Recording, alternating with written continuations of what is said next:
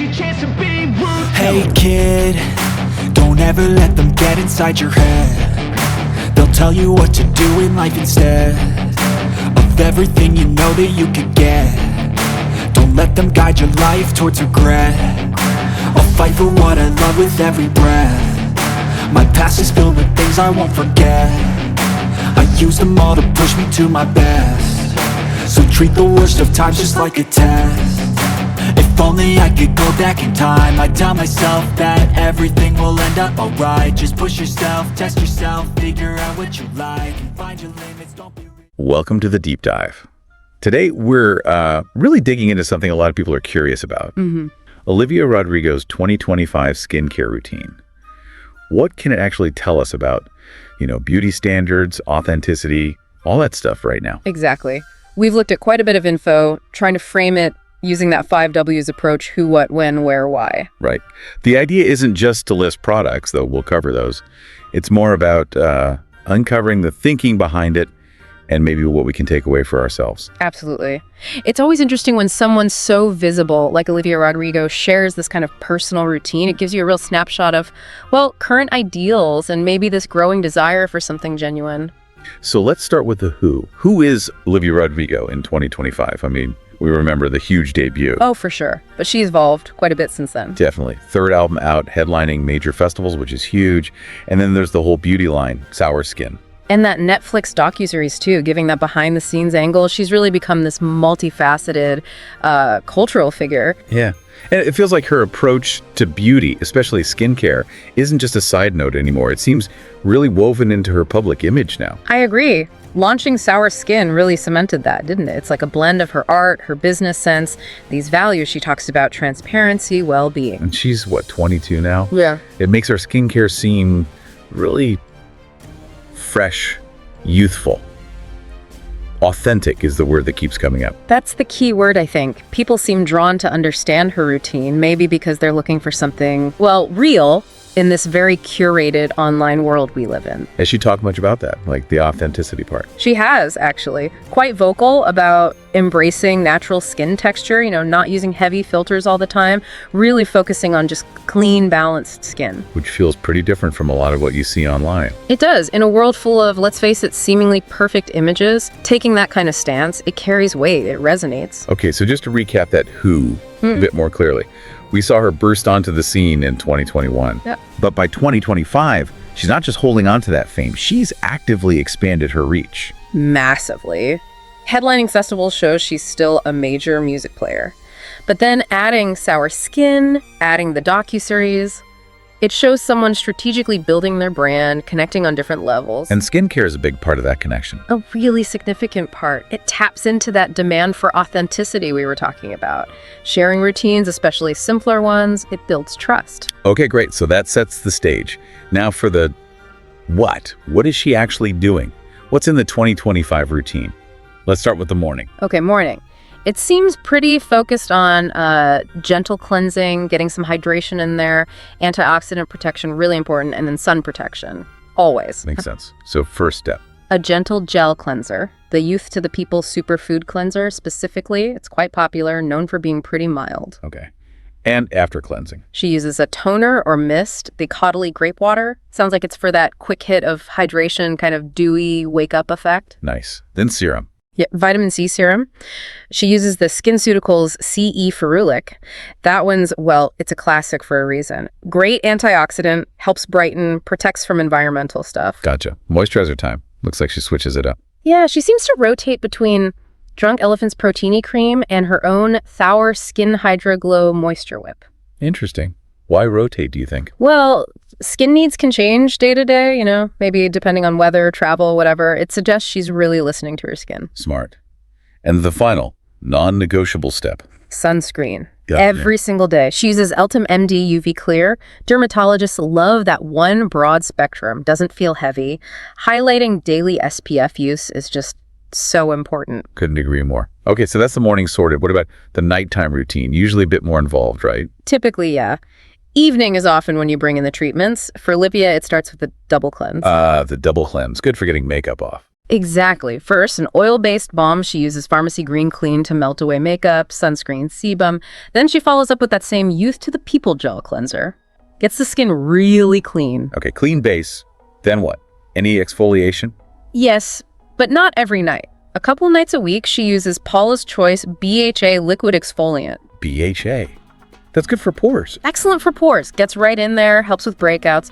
But limiting it to twice a week is smart, avoids overdoing it, causing irritation. Sensible. Now, what about actives like retinol? Interestingly, she opts for a retinol alternative. She uses the herbivore bakuchiol serum. Bakuchiol. Yeah. That's the gentler option, isn't it? Yeah. She has mentioned having sensitive skin. Precisely. It aims for similar anti-aging benefits, but is generally much better tolerated than traditional retinoids. A good fit if you're prioritizing gentleness. Makes total sense. And how does she finish the routine? With an overnight mask, the Summer Fridays Jet Lag Mask, that one's all about replenishing moisture and supporting the skin barrier, that protective outer layer. Okay, got a really clear picture of the what now. Yeah. So moving on to when. When did this intense focus on skincare really kick in for her? Well, the sources suggest it really ramped up during her sour tour. The tour life. I can imagine that's rough on the skin. Totally. Think about it. Long flights, dry plein air, weird sleep schedules, constant stage makeup. It all takes a toll. Yeah, definitely. Did she get professional help around them? It seems so. She reportedly started working with a celebrity facialist. Shani Darden's name often comes up, though it's a bit rumored. Having an expert guide, you would make a huge difference, I bet. Oh, absolutely. Someone who can really tailor advice. And we also shouldn't forget the pandemic timing. How so? Well, like a lot of people, she probably had more time at home, time to experiment with products, research ingredients, maybe develop it as a kind of self-care ritual. Right, a time for exploration. And this interest clearly stuck because it wasn't that long before she started developing her own line. Exactly. By 2023, the process for sour skin was underway, leading to the launch by 2025. It shows a pretty quick transition from personal interest to, well, becoming an entrepreneur in the space. It does suggest a genuine passion, doesn't it? More than just slapping her name on something. I think so. It points to a real commitment. Okay, so that covers the when. Now, where? Where does she get her skincare ideas, her inspiration, and treatments? K-beauty seems to be a major influence. That's pretty clear. How do we know that? Well, she took 2 trips to Seoul in 2024.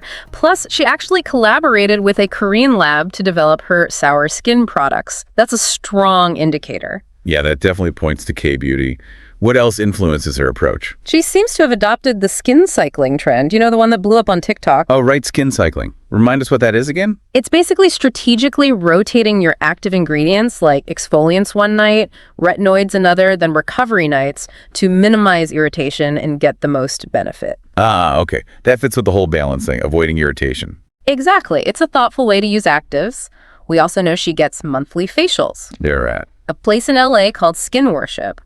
Regular professional treatments, they can really complement a good home routine. And it's not just about products and treatments, right? There's more to it. Definitely seems like it. She apparently keeps things like jade rollers and sheet masks in a skincare fridge. For that cooling effect. Enhances the soothing, depuffing aspect.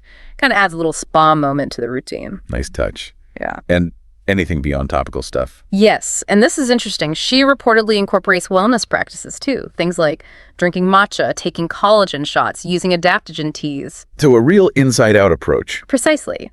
It highlights that idea that skin health isn't just about what you put on your skin.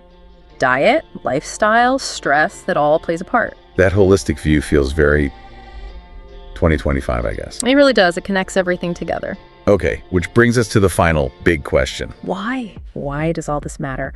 Why are we dissecting Olivia Rodrigo's skincare in 2025? I think fundamentally it matters because it feels relatable and authentic. She's not trying to project this image of utter perfection. Right, she talks about breakouts and bad skin days. Exactly. Acknowledging the good, the bad, and the breakout days, as she apparently puts it. That's such a contrast to so much of the highly filtered, flawless content we usually see. That transparency really resonates. It makes her seem more human, less like an untouchable celebrity. Oh, yes. And her routine itself emphasizes balance. It's not some crazy 20-step thing. Yeah. It's focused, uses well-regarded ingredients, but doesn't push this idea that you need tons of products. And her own brand, Sour Skin, seems to follow that idea too. Seems like it. The aim appears to be creating accessible, clean, effective essentials, moving away from overly complicated, expensive routines. So it's less about pushing specific miracle products and more about, Yeah. what? Healthy habits, confidence. I think that's it exactly. Promoting confidence, promoting healthy habits, promoting self-acceptance rather than just selling bottles. It feels like it's about being realistic about skin. Which, coming from someone with her platform, could actually have a wider positive influence. It really could. It shifts the focus slightly away from chasing some impossible ideal towards just taking good care of yourself in a way that feels good and supports your skin's health. That's a powerful message. So wrapping it all up, Olivia Rodrigo's 2025 routine seems like this mix of solid products, K-beauty influence, professional advice, and her own journey. But maybe the biggest thing is that underlying vibe of balance and authenticity. Yeah, it's consistent, it's thoughtful, but it's also realistic. And I think that authenticity, that willingness to be open, is why it connects with so many people right now. Definitely. So maybe the final thought for listeners isn't necessarily, should I buy these exact products? Right. Perhaps it's more about thinking, what can I take from her approach? That focus on balance, on transparency, on treating skin health from the inside out. How might those ideas fit into my own well-being journey? Maybe even beyond just skincare. A broader philosophy of self-care and, like you said, acceptance. It's a great takeaway. If you loved this deep dive, make sure to hit like and subscribe for more behind-the-scenes stories of your favorite influencers. Drop a comment below who should we cover next. Stay curious, and see you next time. Don't let them guide your life towards regret. I'll fight for what I love with every breath. My past is filled with things I won't forget.